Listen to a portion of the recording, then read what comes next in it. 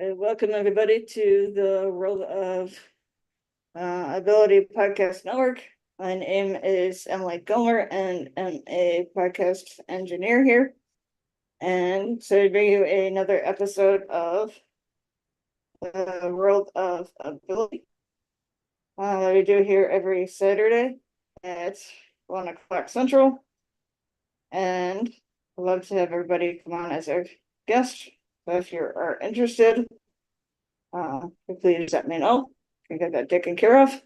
But the show is kind of all about like all abilities and all abilities and I don't need to have a disability to come on here. It was started 4 years ago on July 26, 2020, which is the 30th anniversary of the passage of the Americans with Disabilities Act, or the ADA, by President George H.W. Bush, and by Kurt Roscoff and one of our partners, Marcus Hart of Transforming Media. But my little bit of connection here is I do have a disability and I'm connected with the Autism Society of Central Wisconsin. And have been planning a adult autism conference for the last number of years. So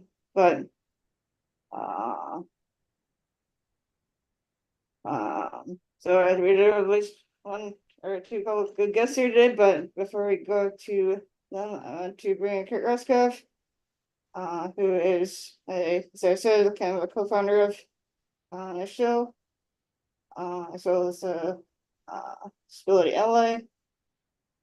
So Kurt, are you there to say anything? You sure are hoping, aren't you? So welcome everybody. Thank you for tuning in to the World Ability Podcast Network. Thank you, Emily, for running the operation here as podcast engineer and chief host of this year World Ability show. And yes, we're excited about the guests that we have here today, and we run it a little in open house format, so we might have some friends popping in at random times throughout the hour and a half ahead of us. So let's get rolling. Yes, I am a disability ally. We're here at World of Ability out of, my wanting to set a platform for disability advocacy live streaming and entering into business networking. Emily and I are all the time out there inviting professionals to come on here simply to share who they are, what they do, and their products and services. So we have a chance to meet the business community out there. And in the long run, my expectation is we're going to create some good connections between the disability community and the business community and really get some promoting of accessible and inclusive recruiting and hiring. So without any further ado, let's get rolling. Emily, if you want to go ahead and tell the world who in the world is Earl. Take it away, Emily. So Earl, we went through networking, the Happy Neighborhood Project. He's out of Iowa as a DJ, podcaster, and so on. So Earl, why don't you come here and say a little bit more about who you are, what you do, and what's Night Wolf Productions, and so on. Okay, well, I am the owner of Night Wolf Event DJ Services, LLC, and also the Midwest Plainsman podcast here in Waterloo, Iowa, where I'm also a podcast production coach and consultant, where I'm working with business owners and assisting them to create their own podcast and or short videos to help them promote the business, give themselves a professional image, and to help bring in new clients. And I'm actually one who is on disability. Back in 21, I had the unfortunate circumstance of contracting Guillain-Barré syndrome from the COVID shot, which left me disabled for several months from the remainder of 21 into much of 22. And then basically it's what got me started back to DJing in 23. Because I was not able to do anything for about a year and a half. So I am currently on disability. I am also a disability ally, if you want to say. And then plus I'm also a first responder. I do quite a lot with volunteering with the Lions International here in Waterloo with the Waterloo Lions Club. Also with Main Street Waterloo, where we are helping to uh, revitalize the downtown area of Waterloo. So, with that being said, back to you, Emily. Awesome. I see we have another guest here, Adele. Um, so it's been a gentleman here. She also went through networking, transition clarity. So welcome, Adele. Good to have you Hi, on the show. Emily. Would you like to It's say a great to little be bit? on the show. All right, it's good to have you. Just to say a little bit more about who you are, what's transition clarity and so on. Okay. So my name is Adele Bernard from Transition Clarity, also known as the House Whisperer. And I have a podcast called Authentic Conversations. A little bit about me is I'm here in Calgary, Alberta, Canada. I'm all about helping people shine their light the way they are supposed to in the world. What does that mean? It's about walking you home to either your physical house or your body by letting go of the conditionings, the belief systems, and the untruths that keep you from shining your light from your heart, the essence of who you are. So that's me. Awesome. Have you and I'm not sure if you and Earl have met before, have you? Yeah, I know. Oh, Earl. you have met before, okay. Yeah. Um, um, so this is awesome. Kurt, do you have anything you'd like to bring in here? Turn the phone and, all right, All right, we're going with the open mic improv format, and let's put Adele on the hot seat, apparently. So here we go, Adele.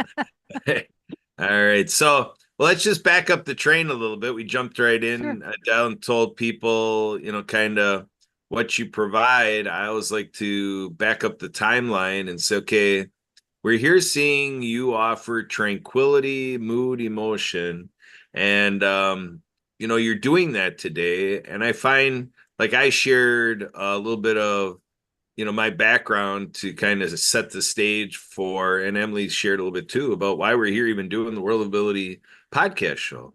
So Adele, why for you tranquility, mood, emotion?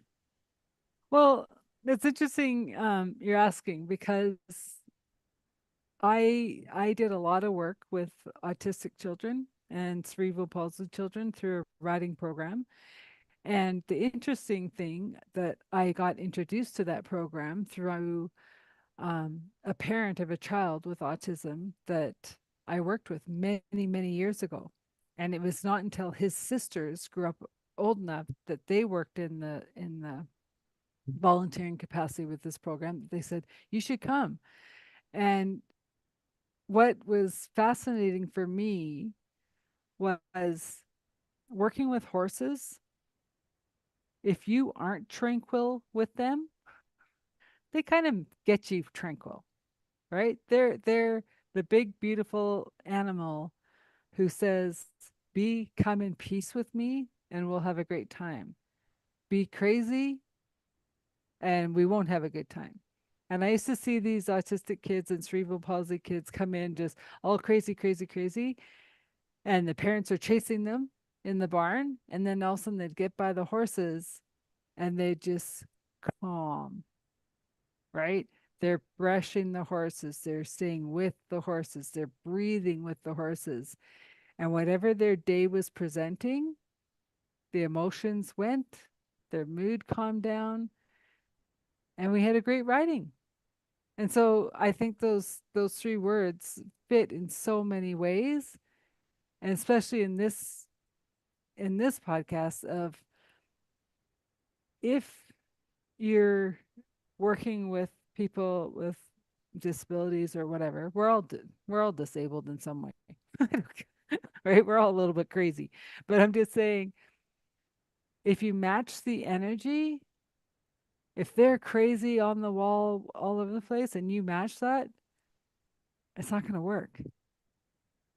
You got to bring your energy down and calm and tranquil. They'll realize they're in a safe space and they can be themselves and shine.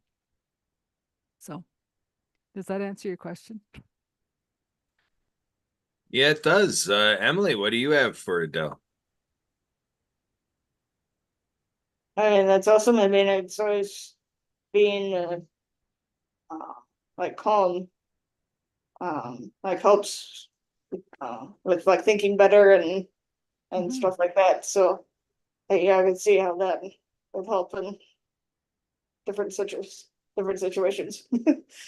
Well, and I like just even like kids and parents in general, right?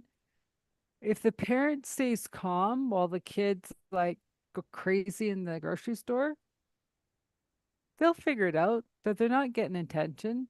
That if they just come with dad or come with mom and finish the grocery shopping, it's a much better trip. It's a much better experience, right? But for whatever reason, in that moment, I personally think um, breakouts or tantrums are trying to get the parents to get focused back into present reality because they're either thinking about what groceries they're buying to go make the food or what stop they have to do after groceries or who do they have to pick up. Like they're not present with the child that they're with, of the task they're with.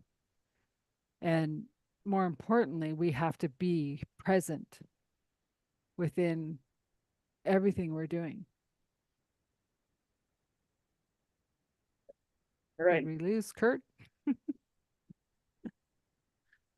I sure about that. Earl, do you have any thoughts on uh anything with this?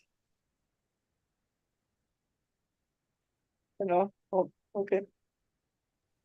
Okay, sorry about that. I was communicating with the powers that be over at Military Veterans Radio, and seems how we're not due to go back on the air yet till the 25th. Uh, I still have free reign of the station, so I may wind up going live for the next couple hours here while we are live on the air. Awesome.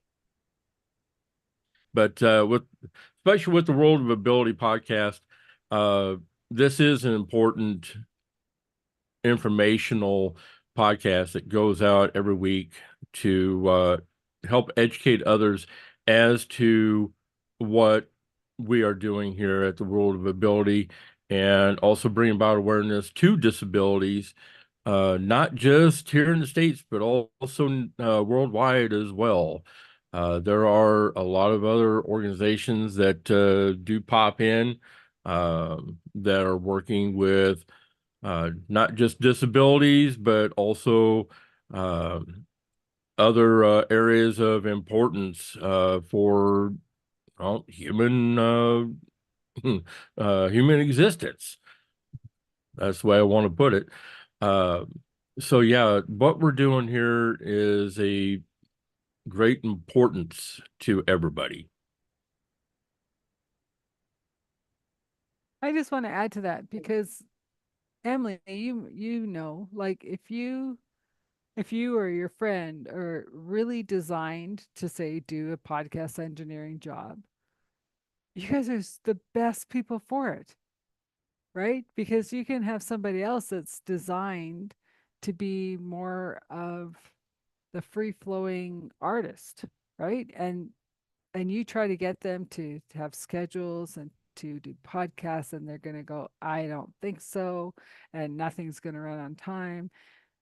But I think, Emily, your skills are coming out, networking, booking, having those conversations that get people inspired to come join you. I think it's awesome.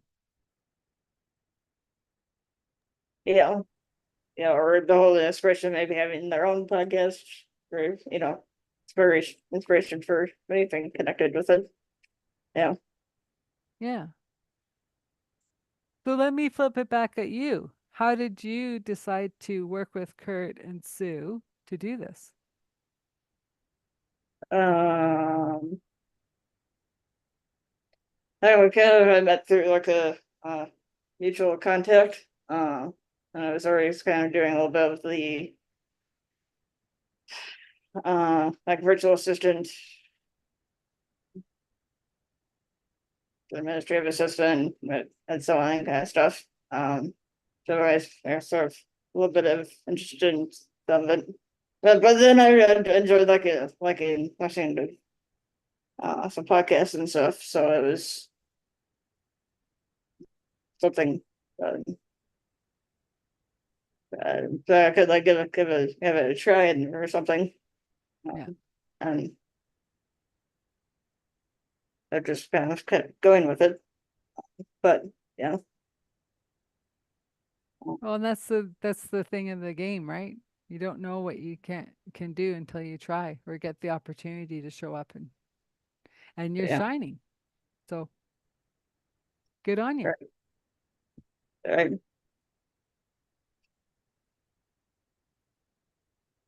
um.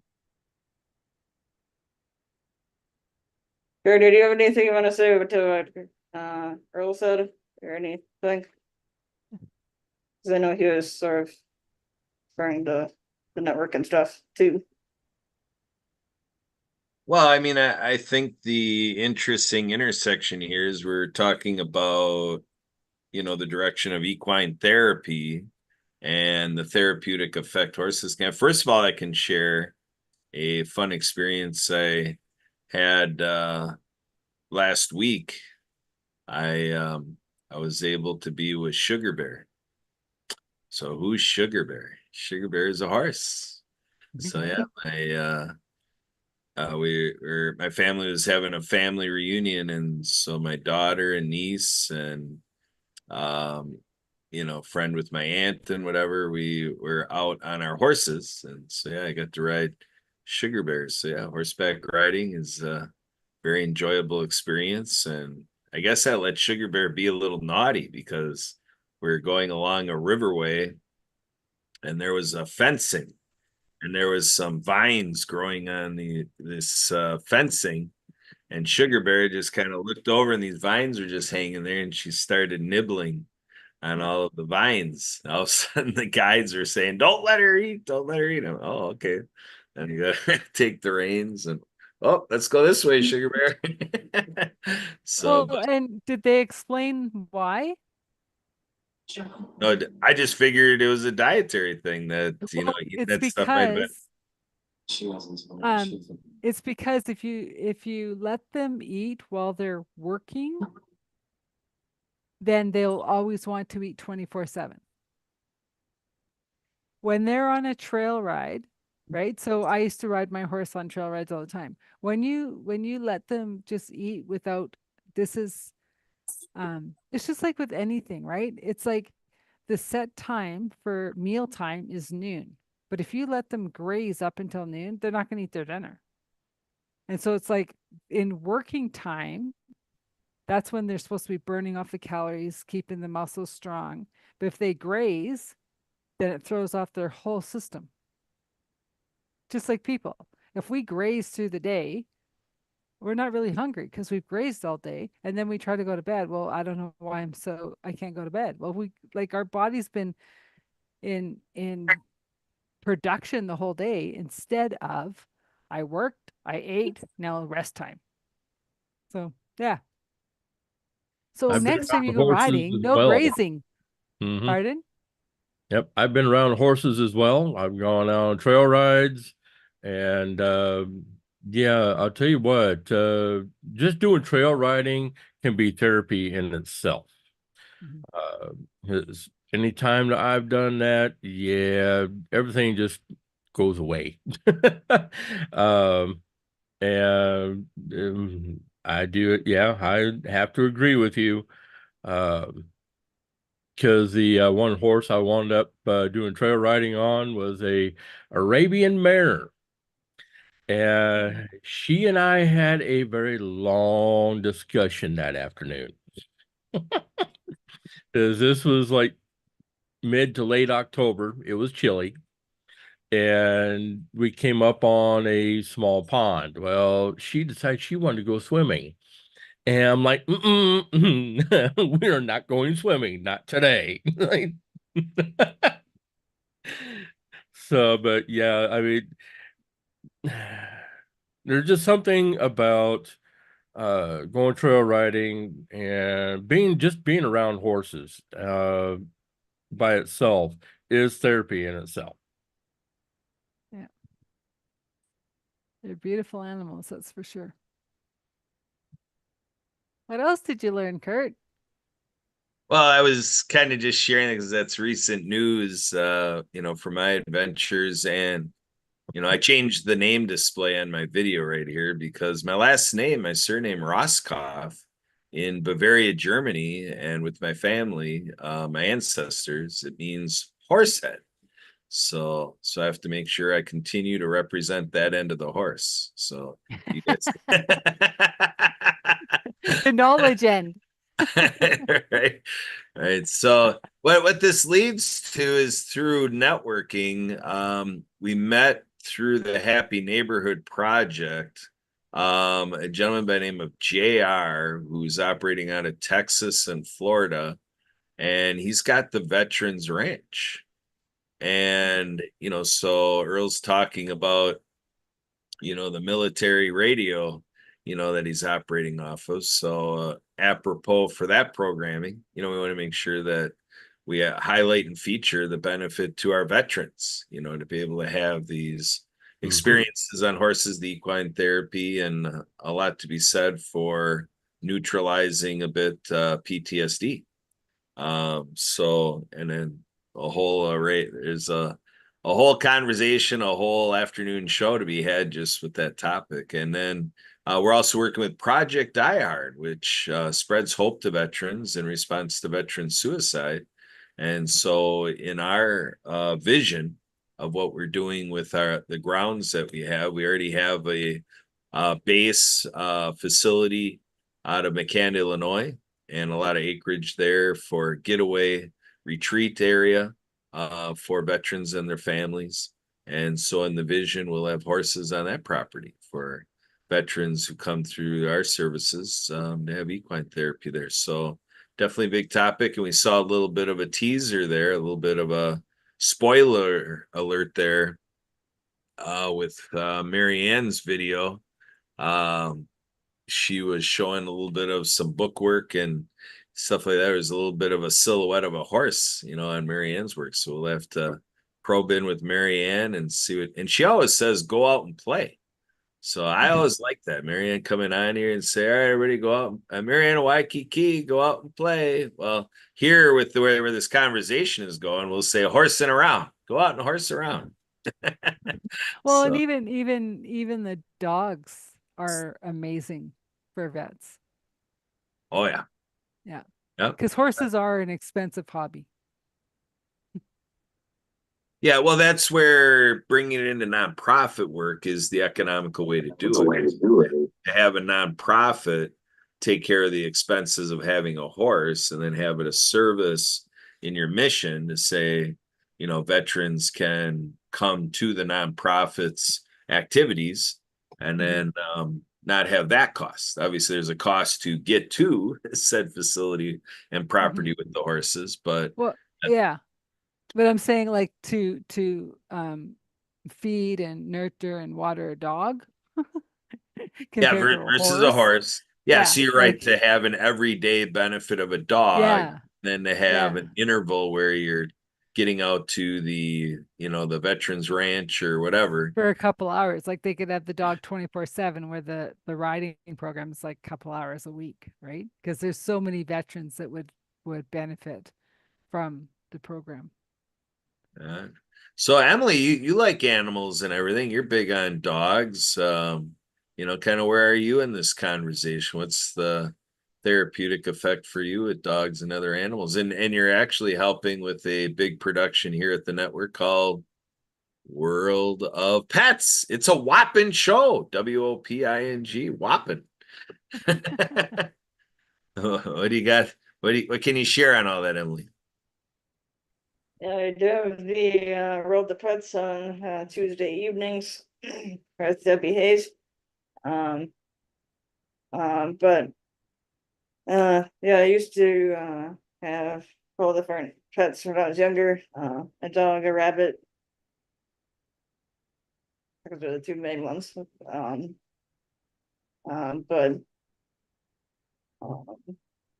yeah, it was fun to have a pet. I can't have a pet here in my apartment at the moment, um, but anyway, it's kind of where, That's when you go to the pet store and visit them. yes. But you see there we have Marion here. Marion, are you able to say anything? See, you're unmuted. Aloha, everybody. I'm Marianne of Waikiki. I'm the author and Apple game developer of the Acts of Kindness series, featuring 200 folk manus animal characters. My books are written for animation movies with sign language characters and soundtrack by Lucy Lynch. And above here is our book called Righteous Acts of Kindness, featuring Pono, the Hawaiian polo pony. And it's a short book of the days of the week where Pono has a deaf rider, and he gets to go to the parade on the island of Oahu. They have several parades, floral parades, where all these beautiful horses, horse riders, trainers, owners, ranchers come over and have the Aloha parade. The horses and the ladies riding the horses have beautiful different colors for each island, representing each island, and we have that in the book. And it's a beautiful story again, about the days of the week with therapeutic horses on the North Shore in the Polo Club. So it's a great story. The book is now available on Amazon. They have the mini horse puppets. I'm excited that Santa Papa John has received the books and the mini puppet. So we should have a short story when Santa starts his book reading club. Yeah, so this is the short story that we're celebrating this summer. It is polo season. And so go out and play is our tagline. We also have an Apple game to go along with the book to count the rainbows, count the mallets, count the polo sticks, count the horses. So they're beautiful, different colored leis. We'll be uploading those to Apple. And I want to give a big thank you to Kurt, Emily, and Sue, especially Jay Stoyan, the founder of the Disability Channel. In July, I won the Awesome Foundation Grant Award for $1,000, and we've allocated part of that money to hire on persons with disabilities. So I have weekly interviews with Jay Stoyan and Dr. Laura now, and talking about the books in the book series, as well as we will be gifting the Waikiki School for the Deaf copies of the Acts of Kindness series books for ocean cleanup, anti-bullying, climate change, and Pono the Hawaiian polo pony in October with Leon McLaughlin, founder of the Clean Water Foundation.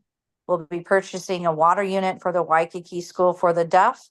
So everybody wins with this awesome foundation grant.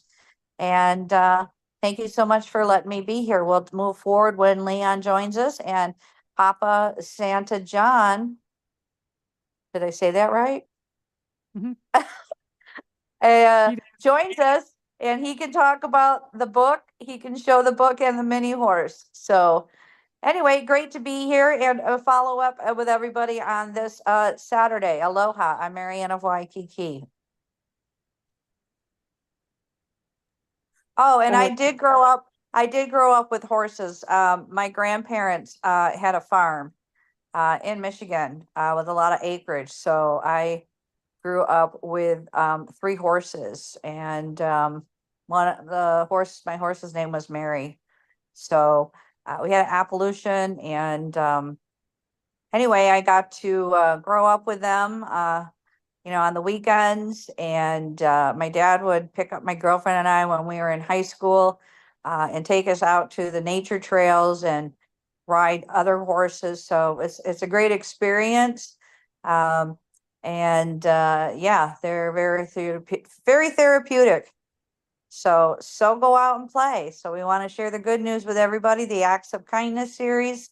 The books are available on Amazon, and all classroom teachers in United States of America can receive copies of the books from an organization called DonorsChoose.org. That's DonorsChoose.org. Last year, Subaru Hawaii donated $25,000 to classroom teachers requesting products. So it's back to school season. And also wanted to share with you too, my birthday was August 8th. And Jay and I kicked off with the interviews. So thank you again, the Disability Channel. I also received a email from Awesome Foundation in Minnesota to ask how I would use the $1,000. And we were going to be needing the Minnesota School for the Deaf to request the books in a separate Awesome Foundation. So I encourage people, if you have a project, there's different chapters, cities, countries, you can apply and show your projects of how it's going to benefit your community.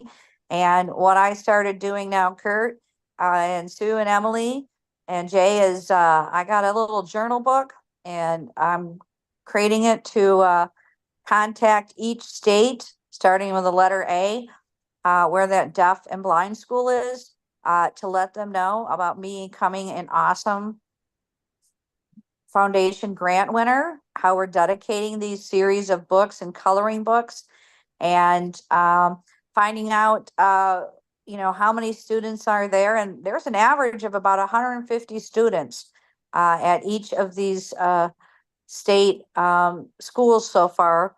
I just started with A, but it's been exciting, and getting the press release over to them. Some of the people are getting back.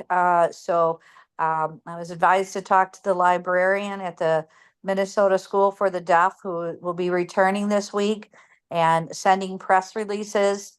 Some of them are hearing, some of them are deaf. So using the Purple Relay system to get these books out there. So that's what my new project is. And it's going to be exciting. So we're going to cover the 50 states, and hopefully Santa Papa John can help out too, because he's in Minnesota. We'll hear more from him later down the road. And again, he's going to be reading these books, the Acts of Kindness series, and the Folk Manus Puppets. So thank you so much for letting me be here and share the story. Also, make sure that you include the Lions Leader Dog program up in Michigan. Okay. I'm a Michigander. Do you know what city it is? I can get that information for you and send that over to you. But yeah, the main Leader Dog program school is up in Michigan. That would be awesome. And I know Jay Stoyan wants to put me on a interview with some people that are out of Windsor, Detroit area as well. So we'll have to share that story with them so that they can hear the interview and show them what we're doing. Thank you so much, Earl, for all the information to get the good news out there with the Acts of Kindness series. Again, people can visit www.actsofkindnessseries.com. Teachers can go on DonorsChoose.org. It takes 10 minutes. A teacher ID requests the books, and someone will come through and fund it, and they'll ship out the books to you. So everything is available again on Amazon. Mahalo. I'm Marianne of Waikiki. And I'm also going to add something on to that, because being the host of the Midwest Plainsman podcast, which you can find on YouTube, I do have an interview that I did conduct with our state representative for the Leader Dog program through Lions International from the interview I did with her at Lions State Convention here in Cedar Falls. And that was just earlier this year. So be sure to check that out. She goes into quite the details of how the Leader Dog program is run, when it was established, and everything that she went through to acquire her seeing eye dog.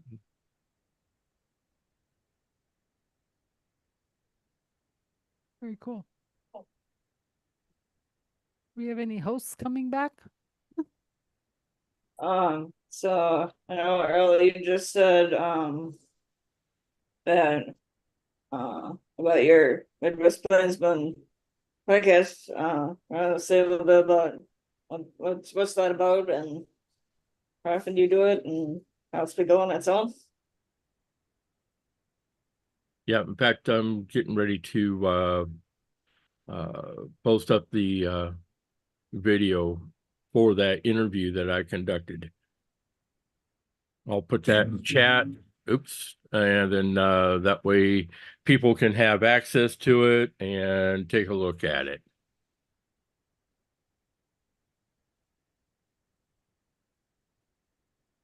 There we go.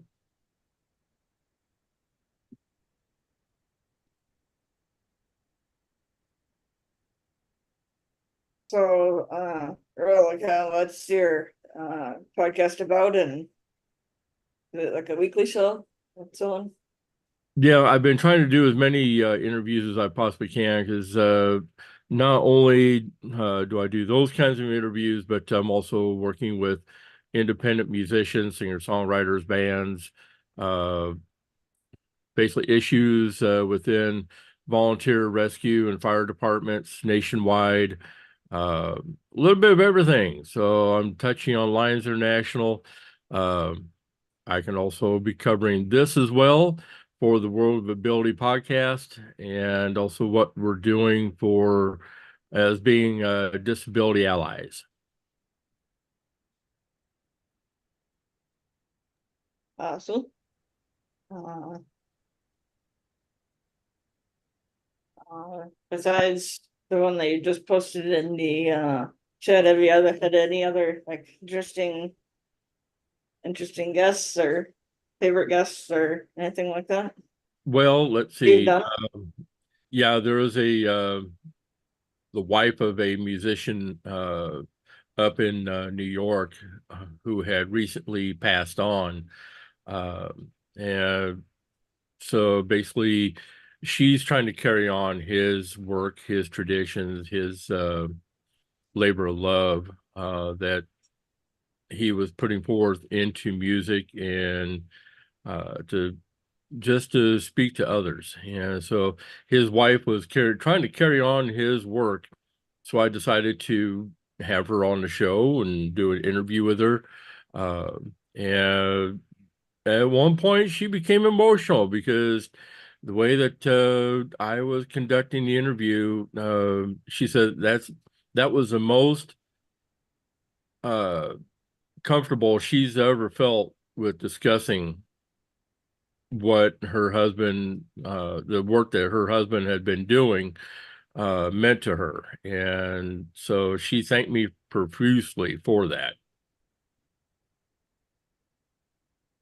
Well, and I think that's the biggest thing with all of these podcasts is sharing the wisdom and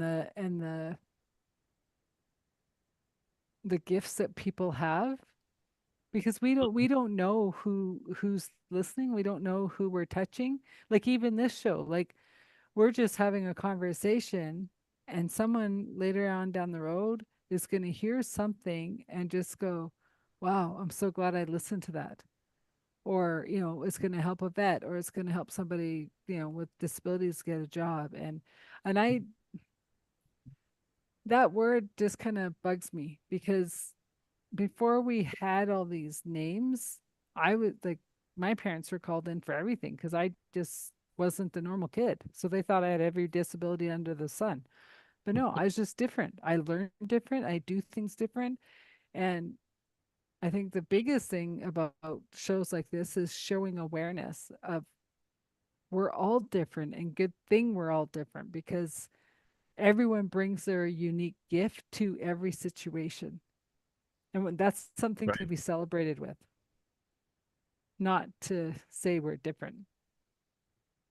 Right. It's everybody has their own abilities that they put forth in the work that they do, how they live their lives, and how they are around their friends and family and others. So that's everybody has something to contribute.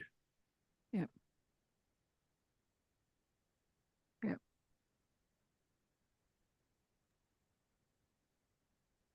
Yeah, it might not be somebody else's strength or what somebody else's does, but it's important just the same. That's very true. And I think it's also like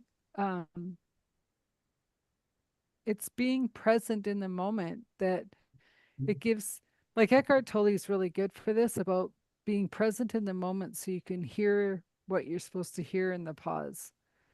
And I used to be really bad at speeding his material up because I'm like, he talks too slow. And then it's like, but the lesson is in the pause. It's in between the words. The words don't make a difference. It's the understanding is when you let your body take in what's being said and you hear in that pause. And I think that's where the animals come in, because they can't speak the way we speak. But Mhm. in their presence and in their pause of I'm here, I'm holding my center to your center so we can be in union together, is why the work with animals is so important, and it's so healing. Because I also know people that do amazing healing work with animals, that, whether you have cancer or whatever, like these horses are taking away the burden of the disease. So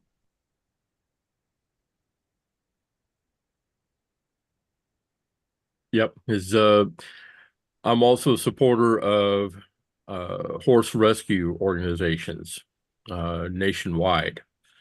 And because they are giving a voice to these horses that have been abandoned, who have been mistreated by improper owners, who wind up in the slaughter pipeline. And to the people who go through well, okay, I'm gonna back up a minute. The people who run these organizations, I have interviewed a few of them, and especially the ones that have worked with Horse Plus down in Tennessee, because they do a yearly grant and they have like 3 or 4 different organizations who they scout out first, and then they have them come to their facility in Tennessee to compete for that grant money. And the one thing that gets stressed that has to be touched on is rescue fatigue. And basically, when you're putting so much of your energy, so much of your time into trying to help all these horses, people tend to forget about themselves in the process.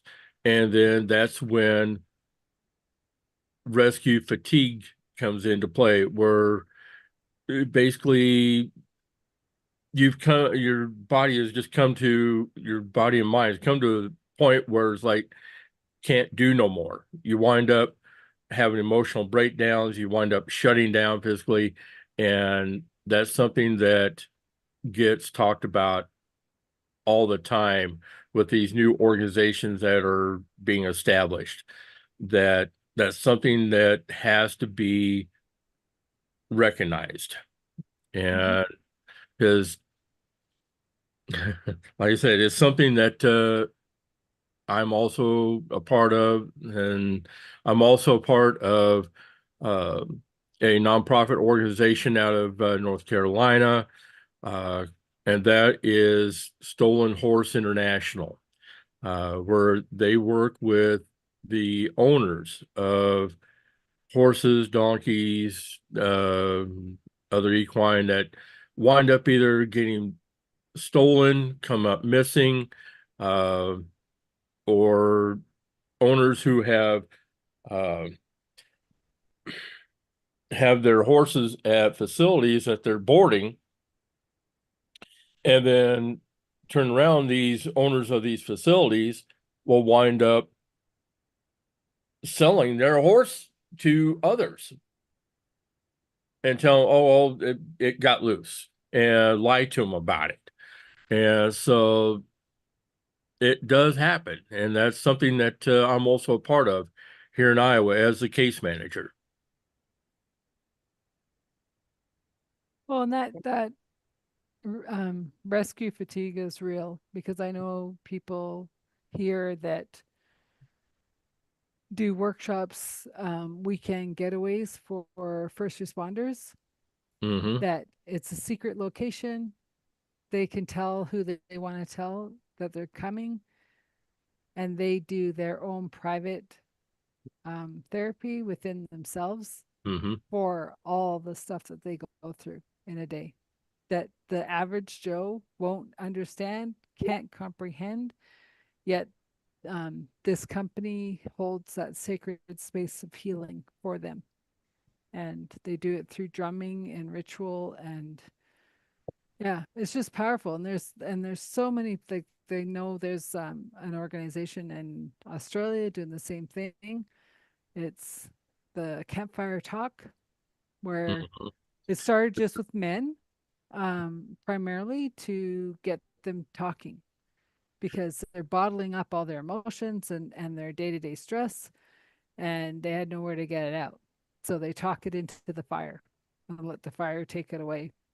Yep. And from my I believe there's understanding, also Camp Freedom here in the States too.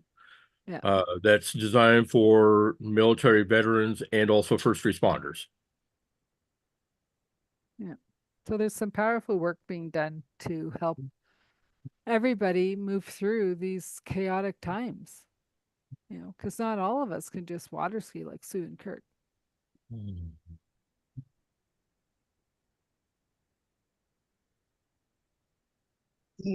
Karen, have you heard of like rescue fatigue? I know you were an EMT. I didn't know if you had any of that or knew of well then if you're there, that is. But yeah, this is an important topic. Yeah. I mean fatigue in any and anything. Like there's like also like emotional fatigue and other Mhm. things as well. So And a Yeah, lot of us get uh, fatigued because we're not present within our body. Like even us on this call right now, like we can get fatigued by doing our daily job by not being present with the conversation that we had at the moment, because our mind is somewhere, body is being dragged to everywhere. Mm-hmm. Yep. And speaking as a first responder coming from a small town here in Iowa, basically we wind up tackling a really bad call. We didn't have the resources to bring in somebody to help us debrief and decompress after that. We always had to deal with it on our own. And that is something that, especially for small town volunteer departments, that's got to change. Because you don't have to be in a big city to wind up having these bad calls. And because at least with the big cities, they have people on the departments to handle the stress, to help others decompress and whatnot. But when it comes to small town volunteer departments, we don't have that. And that's when you have to wind up seeking out help on your own. I actually had to do that myself after a bad call. So when it comes to even rescue fatigue, I can basically not only for the equine industry, but also for first responders. That term can apply to all first responders. Welcome, I Santa. think as a world we're in fatigue. Hey, Santa. Oh, Santa Papa John is in the house. Good afternoon, ladies and gentlemen. I hope everybody's off to a roaring start. I just caught the back end of that conversation, Earl, and knowing what you said there for a brief moment, yes. It's one of those tough situations where you need to talk it out so it doesn't boil up inside of you and explode. Mm-hmm. And that's for everybody. Yeah, and that can go for any job, any career. There has to be a relief factor, a relief button for some kind of internal pressure to be questioned, eliminated, whatever the term you want to use, because we all have. I've got friends that do the EMT things and the police things, and you can hear in their voice that they're screaming for help, but there's no help out there. Mm-hmm. Well, and it's not like, John, just being an ex-driver, like long haul driver. I mean, the amount of absent drivers behind the wheel, and then you're there with like a 50,000-pound vehicle that needs a lot of stopping space, and they're absent. Yep. They Oh, just wait, cut in front of you. No, they're not absent. They're doing this. Well, no, Oh, that Can I it's look not up even, now? it's not even texting anymore. It is like they are not even in. And you talk to people, right? Like you can follow people, and you're going, like you see that they're not texting anything. They're driving, but they're at the grocery store.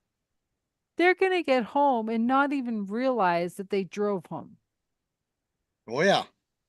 Yep, Right? absolutely. And So I that's liked what Marianne was saying about like with her books and stuff, right? It's coming back to the play. Right? We can't just focus on the work, because if we don't have the play, we are some boring people to work with. oh yeah. That's one of my that's why I am starting this another new initiative that Santa Papa John is creating, that I'm trying to compile a list of all the services out there that help our veterans. And I suppose we can include EMTs and policemen in that as well, because they're just as vulnerable as a veteran needing services out there. And the sad thing is, the more people that I talk to, the more I'm finding out that they're butting heads against each other, because Earl's got this project over there, Adele's got this project over there. They're doing the same fundraising in the same place, but they're providing two different services for the same kind of people, but they can't collaborate because they don't know they're there. And when I keep asking people, and even in Canada, you were not only one of the people, but I talked to a few other people in Canada as well, and there's same thing in Canada, that people don't know the services are out there, or looking for services and don't know where to go. I found that one gentleman told me there is a national list in the US, but it costs these nonprofits $5,000 a year. Services and don't know where to go. I found that one gentleman told me there is. Earl, you got it background. Sorry. noise. Hey, But that's the thing, right? You know- This is my hope for all the craziness that we've come through in the last 4 years, and it's only going to be a bit more crazy for a while, is that all these organizations that need this fundraising, that need the support, we all start collaborating as one unit. well, and that's Like- why I'm gonna compile this list. Hopefully I can get at least 10 from every state, every province. I And know, let, but Bob won't talk to Sally, and Sally won't talk to Fred, and Fred. that's why It's they're like- gonna talk, that's why they're going to talk to me. Yeah. And I'll get them on the list. I'm gonna charge them a whopping $10 a month.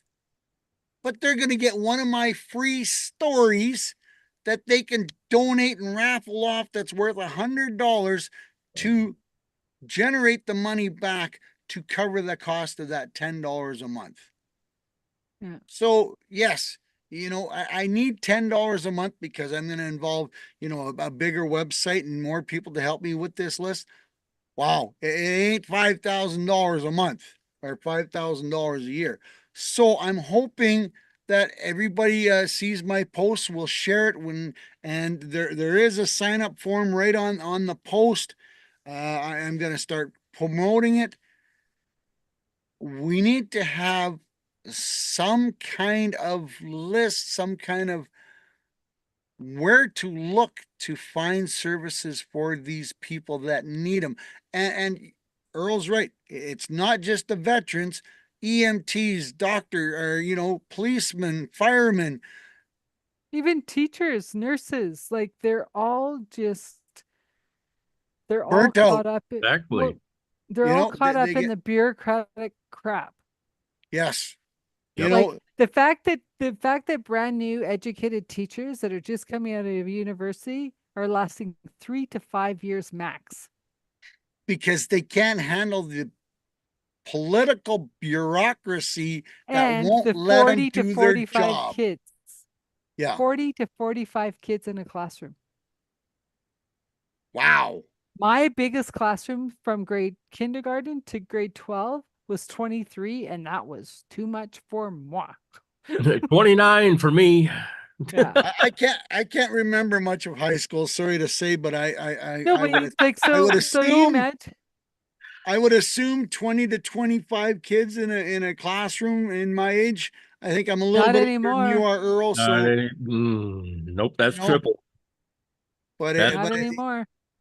yeah, And that's Earl and I insane. both went to small town schools, right? Yeah, me too. Yep. Well, I mean, yeah, Kenora like, was, oh Kenora yeah, was I forgot 15 your Kenora. But the Kenora thing was is, 18,000 people. but the big city, like where my friends all went, they like even back then when I had 23 as the max, they were hitting 30. Jeez. Yep. And even in Des Moines right now, class sizes are anywhere from, what did my daughter tell me? Anywhere from 50 on up to about 150 students per classroom. That would be university.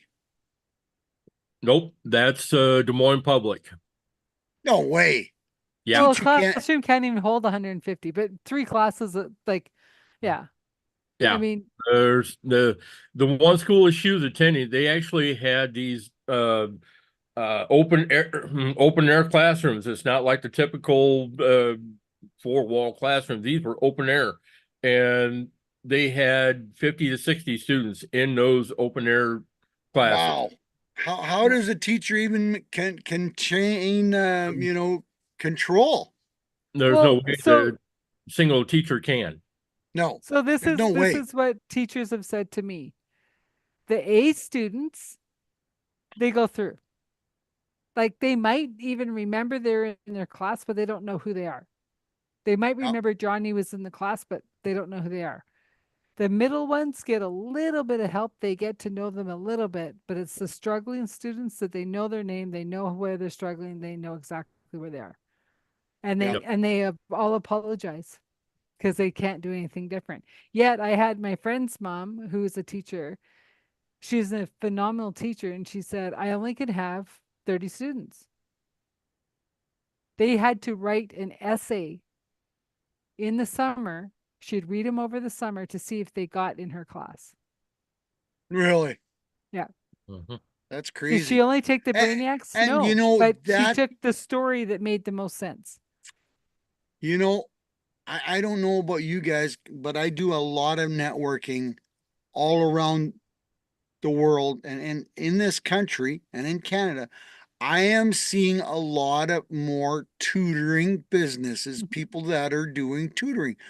Why is that? Because the teachers can't handle the fact of all the students, so they can't teach them properly. So the kids are not meeting the criteria to advance to the next grade. Or this is how some of the people I know, they're getting tutors to take them beyond what they need in school. Yeah. They're teaching them more life skills through math, through language arts. Like they're not just saying, here's your assignment, write the assignment. They're saying this is how you write for like a career for a, Yeah. right? Yeah. And because the schools were made for the 1950s, not for The 2025. reality of it is the school system is not providing enough information for No, the schools careers that the students, when they're graduated, they're not smart enough in the subjects to go into the career that they want to. well, but it's also the curriculum is based on we have lots of factories and we're going to get factory workers out of the schools, but Yeah. we don't have any factories, so we got to change the system.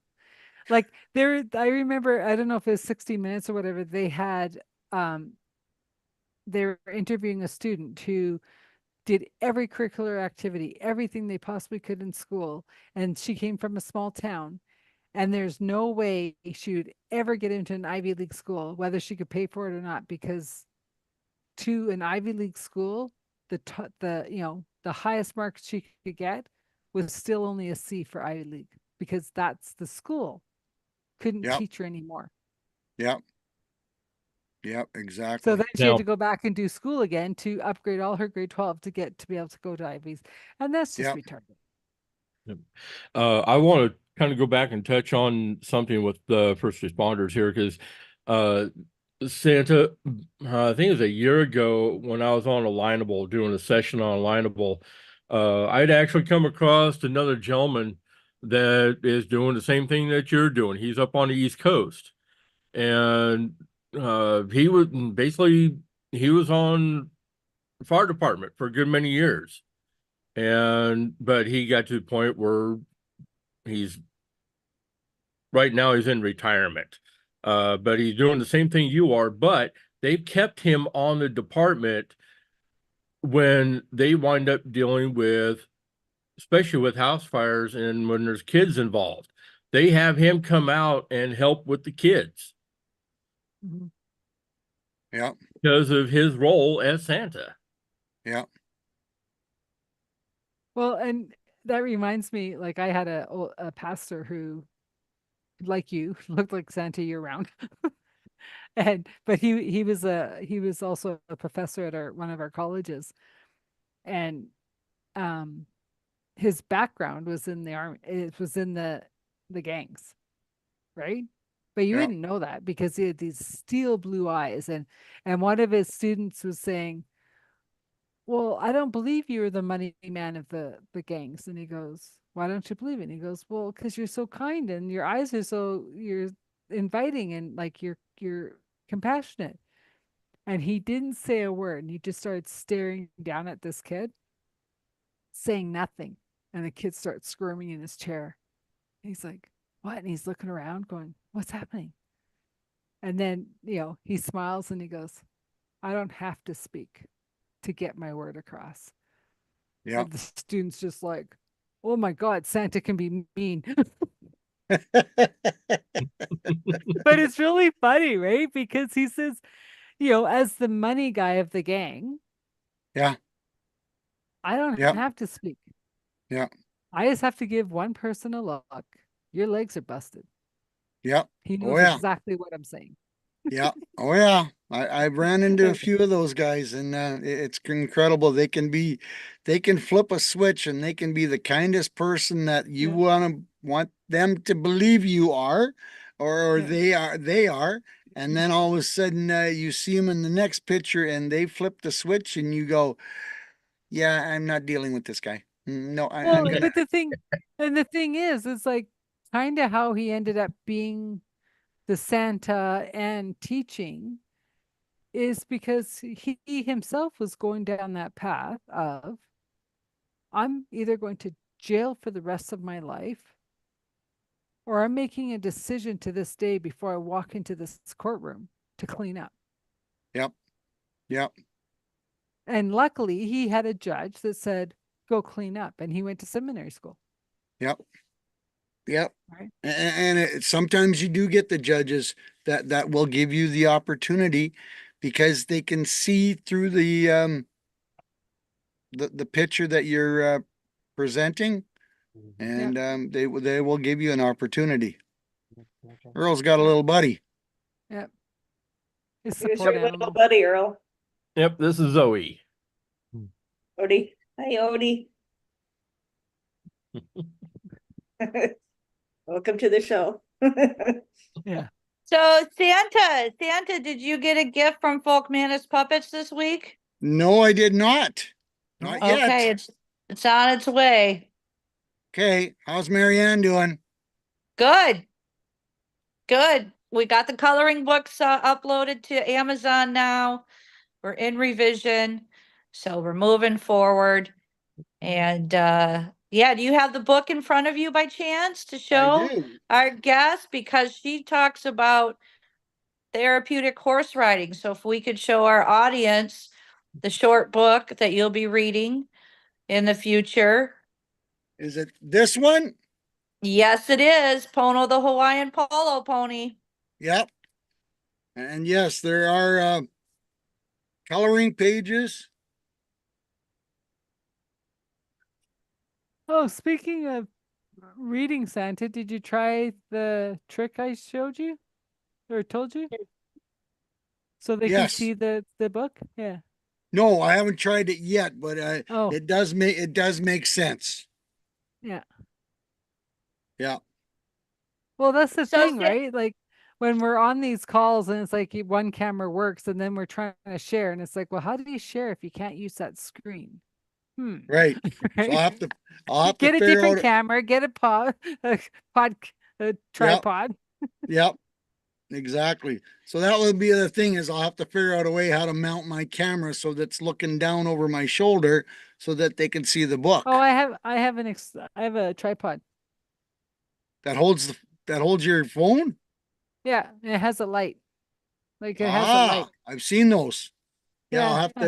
to I I'll got have to it see. off of Amazon for like 30 or 40 bucks. Yeah. It has like the circle. It's for like when you're doing mic work and you have the camera facing and then you need your face Yep. lit up. Yep. Yep.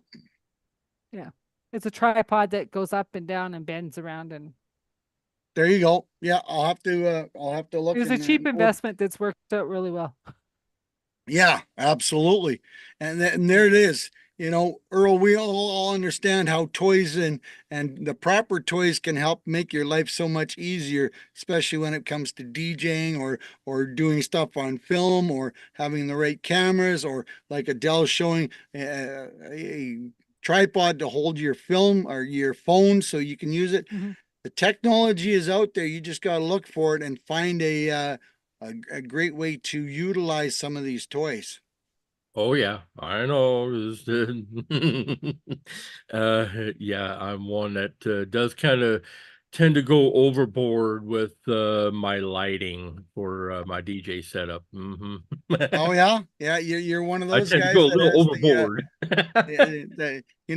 they running the excess lighting, and people go, "Wow, that's pretty awesome." Yeah, you don't want to set it up.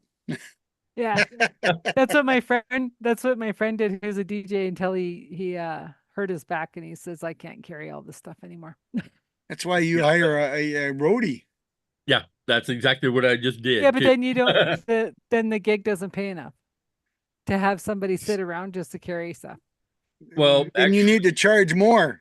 No, Actually, the assistant that I hired, not only is she doing my setups and teardowns, but she's also using her abilities to playing music when I need to be paying attention to other areas. So I have her DJing as well. Yep. well, that's different though. Yeah, I did that a couple weeks ago for a big wedding that turned out to be not a wedding, and I had fun with it. So, Why? What was it?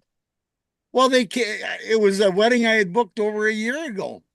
And I mean, this thing was this, that, and everything else. And you know, at mom and dad's house beside the river for the ceremony, and then across town to their house at the barn for a great big barn dance and the ceremony. And you know, 10 days before the wedding, they phoned and they sent me a message and they said, due to unforeseen for circumstances, the wedding is now canceled. Can we get some money back? And I went, 10 days No. before, ain't happening. Sorry. Wow. Okay, we'll have a barn dance. So it went from 350 people for the wedding barn dance to a barn dance of 35 people. Well, Yikes. it still works though. I mean, Oh yeah, yep, been there, done that many times. mhm. But yeah, I giggled with, can I get some money back? No, sorry, not 10 And days short before. notice. Try But that canceling. just Sorry, shows Adele? that no, but that just shows that when you put the wedding out too far, are you Oh really no, marrying the no, right no, person? no. When you start getting into very expensive weddings, you want to be out a year in advance. Yeah, You know, you want exactly. to have all. I mean, I've done a wedding where they spent, you know, $450,000, and Oh everything my was God. planned out. Oh yeah, they took over Craigan's and they took over the whole resort. I Holy know, mackerel. but they're planning for a day, not the marriage. Yeah, I know where yeah, Crickens Like, is. even if you paid $100,000 for the wedding, give 350,000 to the couple yeah. to Yeah. get I them. remember going back when I was starting out in Winnipeg, and I was at this major hotel. I was doing a wedding for 200 people in this hall, and right next door there was an Italian wedding for 500 people. And then we do.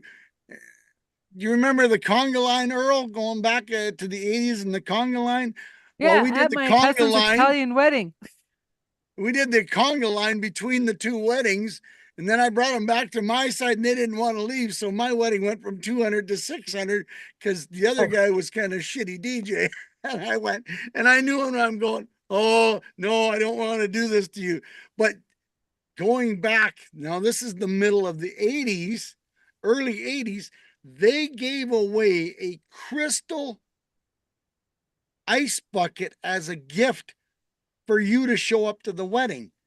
Now, in the early 80s, in this 500 people, they were getting gifts of Oh. probably $400,000 Well, from yeah, because guests. these were cheap back then.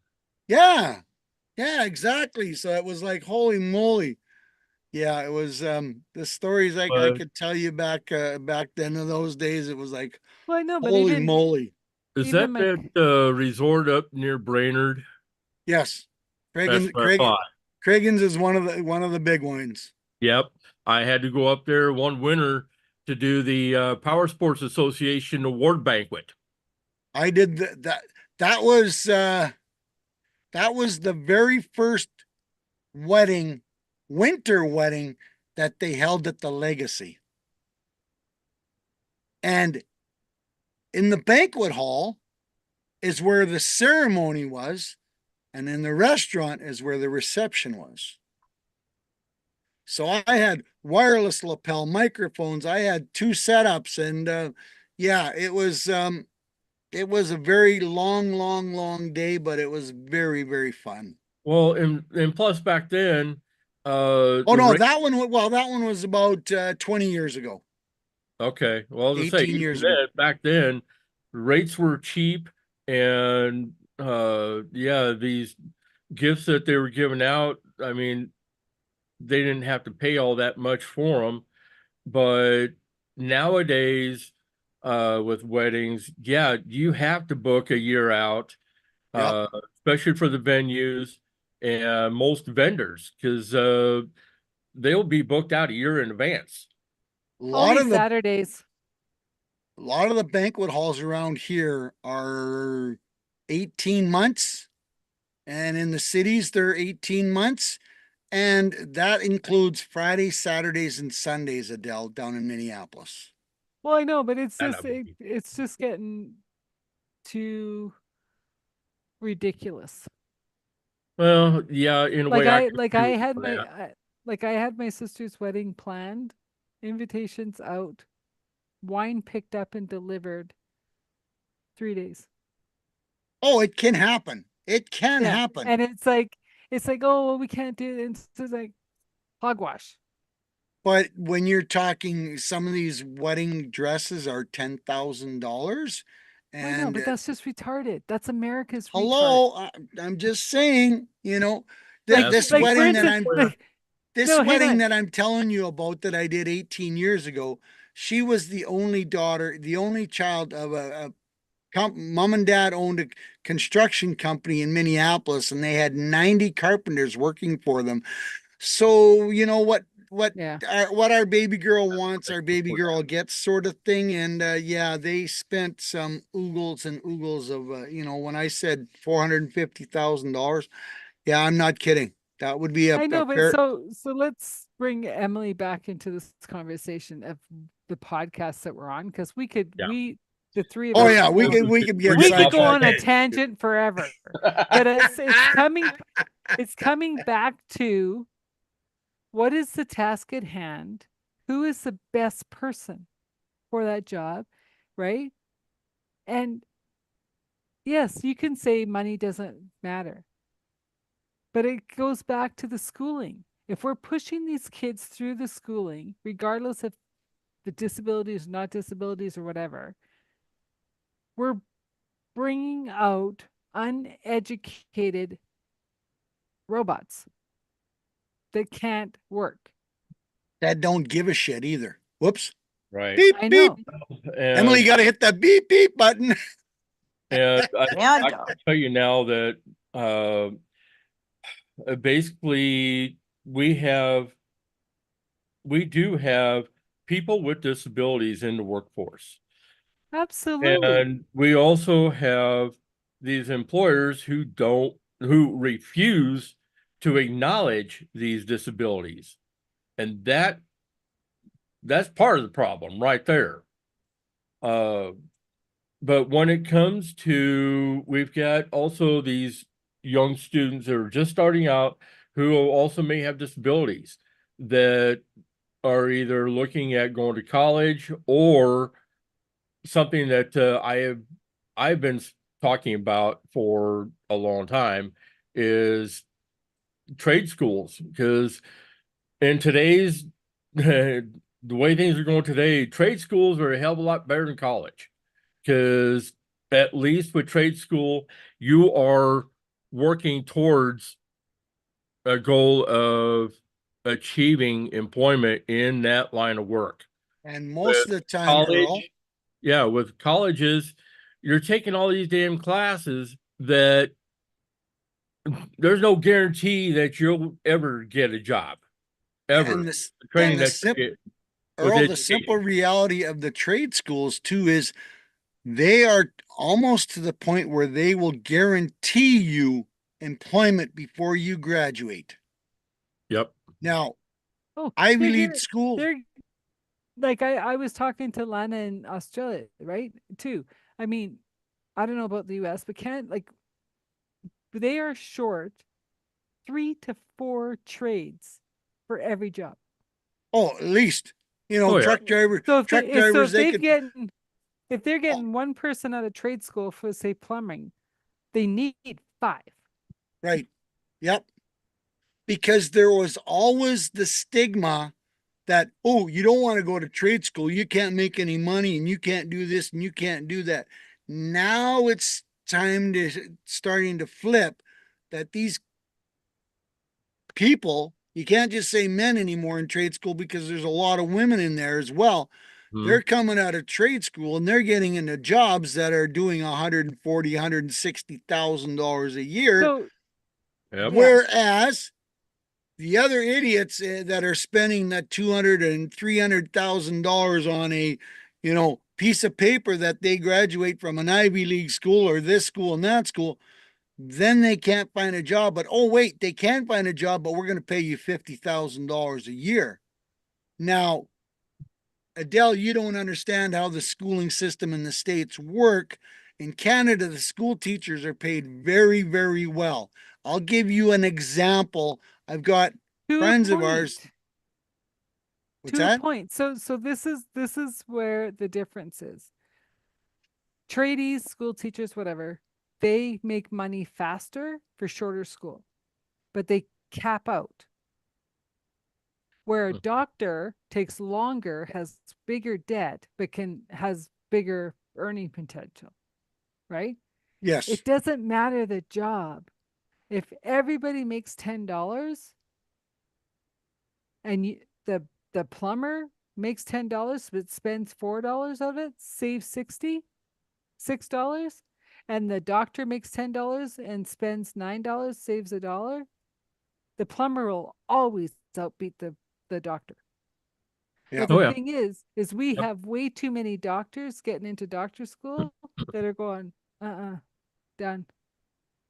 I've met so many doctors that have left their practice in networking. Yeah. They are not staying in the system because the system is so broken. They can help people more on a grander scale in private. So they've given up their doctors after they've paid all that money, gone to all that schooling. They can't reach the people. No. Yep. It's about Right. like a But- guy I know that runs a septic service, and Yeah. his cousin is in a wheelchair because she has CP. Well, basically, she taught herself how to use and program the old DOS systems Oh yeah. and the old programming systems to where nobody else is working with it. And she has company CEOs doing headhunting, wanting her services and cutting her a check every month for $900,000 just for working with these older systems that they are still using. And I'm Yep. like, damn. Well, no, Yep. because Oh yeah. I mean, it was just like in oil and gas, right? Like I'd get phone calls going, is there any way to find these original files? And I'm like, what do you mean? They're all cataloged. Nope, those aren't the right ones. And I said, well, did you look off site? Yeah, no, those aren't. And it's like finding a needle in the haystack. And then you go, so you go to the business information saying, well, how would we find these? And the senior person is going, wait a minute. Yep. You're looking back further back than floppy disk. But we found them because someone has to keep that archaic system going Well, to be able like to the old way find of- these of pipelines that Putting have been stuff in on the ground. microfilm. That's what we had to go through. We went to Yeah. the microfilm Yeah. to find the original documentation because all the newer stuff, it got mungled. Crazy. Right. But it's Yep. also, you got to know, like the younger kids don't even know what a microfilm is to go look No. where They don't right even know where- what a floppy disk is. They don't even know what CDs are. Oh yeah, and try to explain microfiche. Yeah. Try to explain that one to them. Yeah. Or I remember being part of an organization and the music person said, I'll keep doing music as long as I get to keep my way of doing it. And I said, what do you mean your way of doing it? Reel to reel. I was like, what? Yep. That's where the best stuff for this organization was on the reel to reel. Everything else, the tone changed. The music of the tone changed. And so it changed the vibration of what we were trying to do. And it's Isn't not that like the interesting? old saying that basically cereal companies are starting to put toys in the cereal again. Oh, to try get sales Yeah.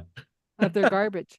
Oh, well, so speaking of schools, you want these kids to learn. The average school lunch program, a school breakfast program, is 61% more sugar than they need an entire day in one breakfast. And we want these kids to sit in a desk and learn. No, we're going to sugar them up and then send home a note to their parents to say they need Ritalin. They're ADHD. Oh, yeah. My wife found a good one the other day that just blew me away. That there is a drug out there that helps you with your cholesterol. They don't work. And you take this wonderful medication and it adds 4 days of life to your life. 4 days. But at the end of the term that you've been using it, the drug companies have made $300,000 off you. And they don't work. See ya. That one's gone. I'm not doing that one anymore. 4 days, Earl, for $300,000. Mm. And not sure if it's working this way in Canada, Adele, but down here, they don't treat the problems. Here's another prescription. Yep. Because Same here. they're getting kickbacks from the drug companies to say, here, just do some more prescription and we'll give you a kickback, and then you don't have to waste all the time actually finding out what the problem is. Exactly. Oh, Emily, what do you have to say? Are you bringing us back in? You're reeling in the rope? No, I'm enjoying this conversation. Okay, cool. What do you have Well, to add? to it? I have something to share with Santa. Uh-oh. Santa joined us in regards to the Acts of Kindness series books. I was the Oahu Awesome Foundation grant winner, and I received the $1,000. And we're allocating money for the Disability Channel to be on Jay Stoyan's weekly podcast. So I'm so grateful. And we are hiring on persons with disabilities with this grant and with their press. And so we are getting the books out into the world. We're seeing YouTube subscribers increased on it. And wanted to share that we're going to be gifting the Waikiki School for the Deaf the copies of the books, especially in October for Anti-Bullying Month, with Leon McLaughlin visiting them in Waikiki and giving them a water unit filter for their school. So we're using and allocating that grant funding. And Santa, I applied to different cities and states. And on my birthday again, I received Minnesota inquiry in regards to how I would use that $1,000. And so they told me we needed to contact the Minnesota School for the Deaf to have someone there request the Acts of Kindness series books, as I'm an author. So Santa, what I'm doing now is I got a journal book out. I started with the letter A. I'm going to go through Z of the 50 states and find out and contact each of the school for the deaf and blind and tell them and share the story that I just shared with you, that we're Awesome Grant Foundation winners and we want to gift them the books. So what I found out with Minnesota is they're getting ready to return, and I needed to talk with the librarian. I have their email address. I sent a press release kit for them to send to their staff, which is very impressive. And I'm asking them how many students they have. So they have about 150 students. I would say about a third of them are elementary, where we can gift them the coloring books with the ABCs, the ASL, and get the older students and the teachers, instructors, copies of the books, and the Folkmanis to go out and play. You can put your hands in the chicken, Chelsea the Courageous Sign Language Chicken, and do sign language, the glove puppet Eve, the finger spelling bumblebee. So we're starting to multiply our acts of kindness series around the world, especially with the disability channel. So I just wanted to share that information with you and some statistics. So with the letters A, I've contacted Arizona, Alabama, Alaska, Arkansas, and so we'll be moving forward with that project as well. I also see you talking about water and so on. I see that Leon has joined us from the Clean Water Foundation. Welcome, Leon. Hey, how's it going, Emily? Good. How are you? Everything's going great. Just getting prepared for this dinner show fundraiser that we're gonna be having this evening. So putting that together right now. It's gonna be at a place called the Monty Bistro Supper Club showroom. So yeah, finishing that up, and we had a great meeting with the Kiwanis Club, who's going to be joining us and helping us promote our Water for Children for the Hopi and Navajo Reservation and children around the world. That was a total successful event. That was on Wednesday, and we were sold out and had a blast. And to bring in the new partners, the Kiwanis Clubs, who's been around forever, for them to join us on this project was amazing. So working together works. And I see Mariana has the coloring books that I think is going to be brilliant when we put her puppets, coloring books in our stores that we're going to be opening up very soon with the private equity company that I'll be working with. So that'll be a great thing too. And I just talked to the people who actually will be opening those stores, because 10% will go to the Clean Water Foundation for Water for Children with those coffee juice stores and also water stores.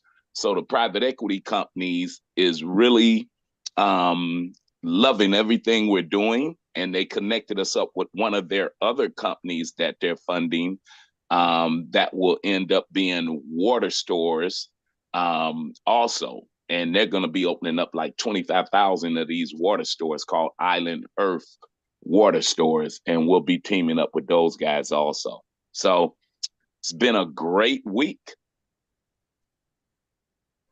Yeah, and Dr. Emoto and their people are coming in October when I'm in Hawaii, but they'll be in Sedona actually at the reservation. So the CEO of Dr. Emoto, Messages of Water, is coming in from Japan to connect up with our folks in Sedona, Arizona, and they're going to the reservation where they already have some of the Dr. Emoto books at, children books, the regular books called Messages of Water. So while they're in Arizona at the reservation, I'll be in Hawaii, and we'll just be promoting. That's right, Leon. We'll be promoting when you're in Hawaii, because we received that awesome grant foundation in July. I was the winner. And we are going to be purchasing a water unit from you to gift to the Waikiki School for the Deaf and get them the books. So we have it set up on Monday, October 14th from 9 to noon. The school is excited for you to be there. We're hoping that Andy Sexton, the Hawaiian singer from the Harbor Pub, who has done amazing island work, and his grandson happens to be deaf, that may be at the school to do a Hawaiian blessing. And we'll be contacting the mayor to see if he would join you as well. And he was a director of Hawaii News Now. So we're going to be making this kind of happening. And I love the Island Earth is the name of the store. Is that what you're calling it? Yes, the name of the stores that they're going to be opening up, and it'll be 25,000 of them, along with the other stores that we're working with the private equity company. They'll be called Island Earth. That's will be the name of the stores that they're opening up, which is a really great name. So yeah, it's going to be pretty cool. And 25,000 of these stores will be opening up all over the country. They'll be in airports. They'll be flagship stores in Beverly Hills. They're going to be all over the place. And 10% of the proceeds go to the Clean Water Foundation, which is our organization, where we will be able to provide water and water treatment plants for the Hopi, Navajo children around the world. So it's a great thing. Yeah, Island Earth will be the name of the stores that they're going to be opening up, the private equity company. So great news all around the board. Yeah, and I just want to share with you too that Suzanne Sims and I are meeting on Monday. We have a couple more chapters to finish to complete the book. Cool Acts of Kindness featuring Waterflow the whale. We're going to be talking about the chapter about Greenpeace organization that we're going to incorporate letter writing to Congress for climate change. And so we got a couple of chapters to discuss of how we're going to write this and complete this amazing story for you, Leon. And I wanted to share that Greenpeace sailing vessel called Rainbow Warrior, and you can Google it, is going to be sailing to Hawaii. They're going to be in Honolulu August 25th and 26th. So you should see the amazing sails that they have on this vessel. They talk about climate change and the pictures on there. So it's called, again, the Rainbow Warrior. University of Hawaii is the Warriors.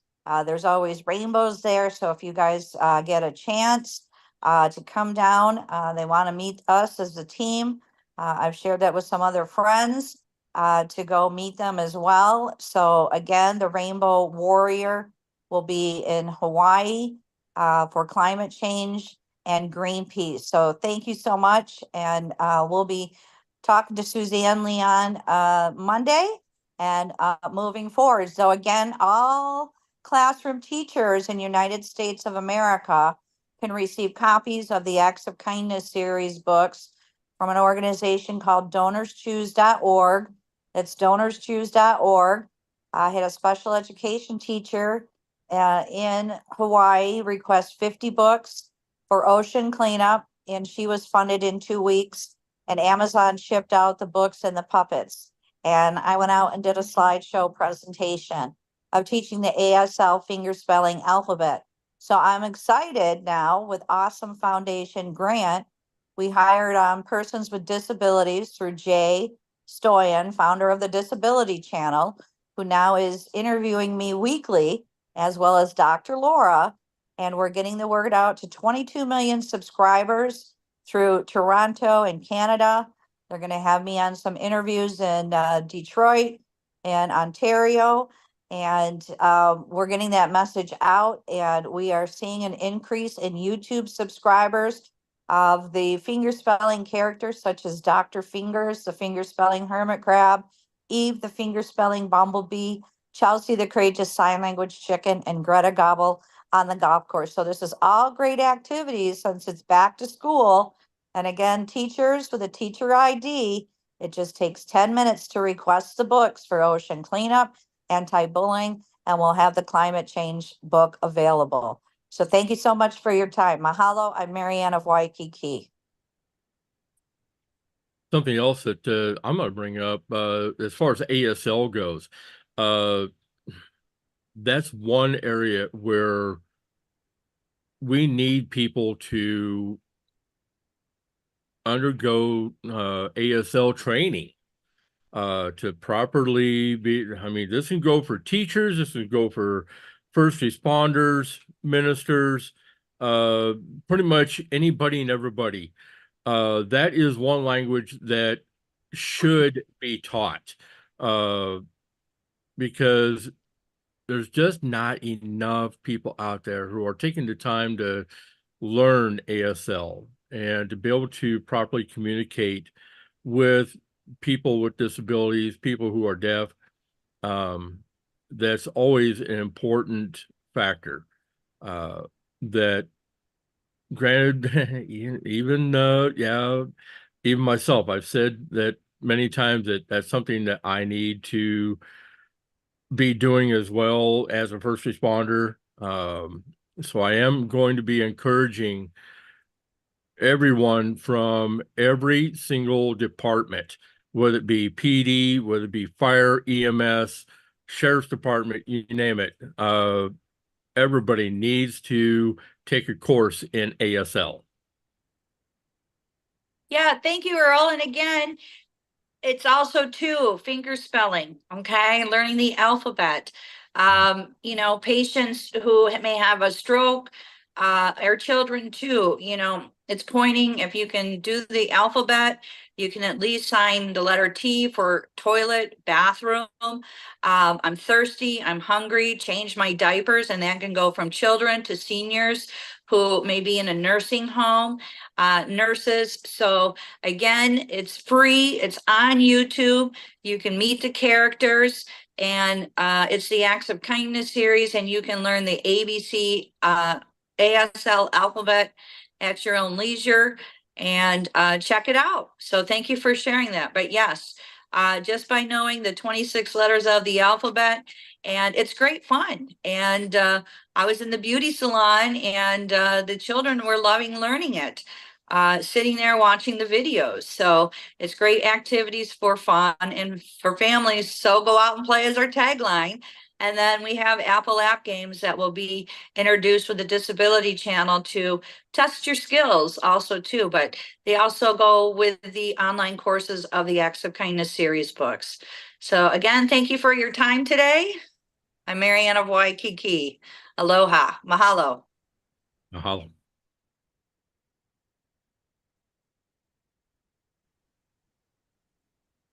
So Emily, you Leon, wanna take us- Leon, is Leon still on here? Yes, Yeah. I am. Okay, so how many people are going to be at your event tonight? It's a pretty big place, so it'll probably be about 100 or more people for sure. Okay, well, I know last week we talked with Santa Papa John about having a large fundraiser with a lot of people there and just raising the minimal amount. So if you, and I encourage you to ask for $1 for each person there to donate. That's 150 people. That's a water unit you could have. So let's manifest it, $1 a person. Yeah, we're definitely going to be promoting that.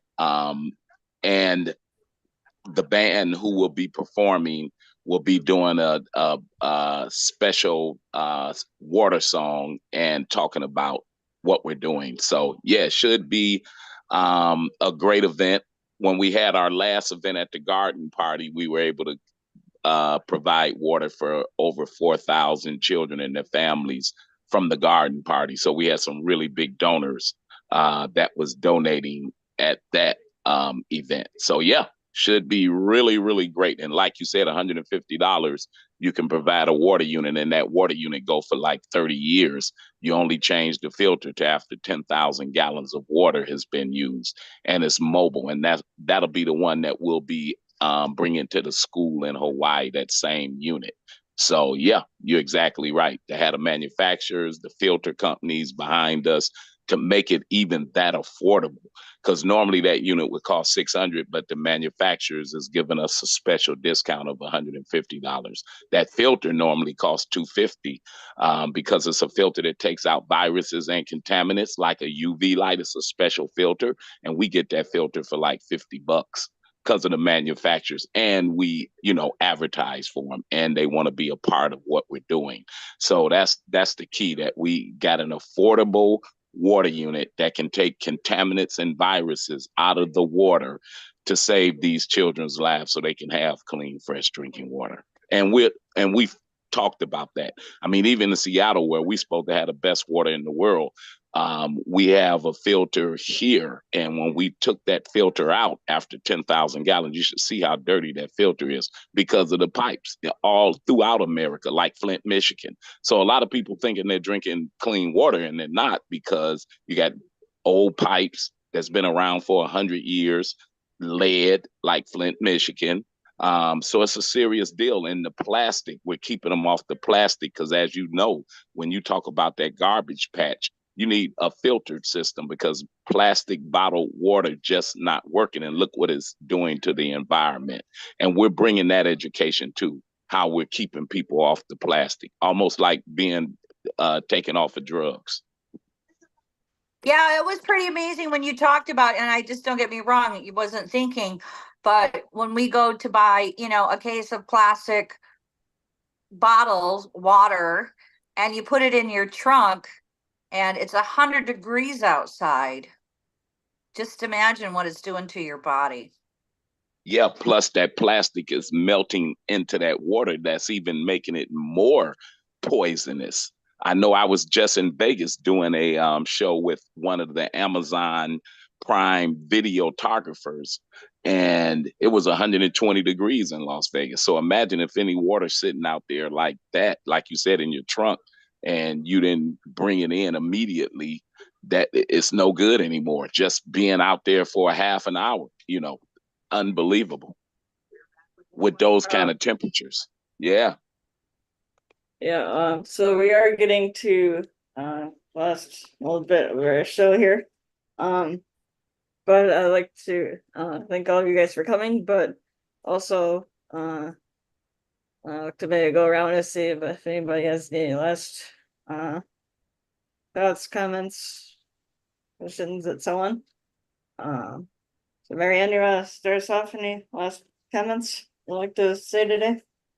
Yeah, so again, I want to thank you very much, especially the Awesome Foundation grant. We're allocating that money to Jay Stoyan, the Disability Channel. So I have weekly interviews now with him and Dr. Laura, and we're sharing that to get out to 22 million subscribers around the world. And thank you too. We want to let everybody, all teachers, to know back to school. You can go on donorschoose.org and request products. You can get the Acts of Kindness series books, coloring books, folk manners puppets for your classroom, for ocean cleanup, anti-bullying, climate change, theater, and we'll be uploading the 10 Apple App Games as online courses as we go. And again, thank you, Jay Stoyan, for helping us multiplying the acts of kindness around the world. And looking forward to working with my writer, Suzanne, this week, Leon, so we can complete the book and move forward with our project. So love the Island Earth name. Let's get it out there. Let's make it a worldwide thing here. So all the best to you, Leon, for fundraising. Thank you, Papa John. Thank you, Adele, meeting you too and sharing your stories of therapeutic horses, and Earl too for all your support with all the different organizations and sharing the good news. So you are his messenger. And aloha, I'm Marianne of Waikiki. Aloha. Well, I'll go over to Leon. Any last thoughts, Leon? Yes, just like to thank the World of Ability for letting us talk about all these great things and the connections that we have gotten off of the World of Ability to be able to provide thousands of children clean, fresh drinking water around the world. And if anybody would like to join us, any artists or singers or painters or anyone, computer geeks, please, you can go to our website, www.cleanwaterfoundationwa.org. We're a nonprofit organization. Any donations is a tax write-off because we're a nonprofit 501c3. Thank you so much. Good. I'm going to pass it over to Miss Adele. Well, thank you for having me today. It's been an interesting conversation.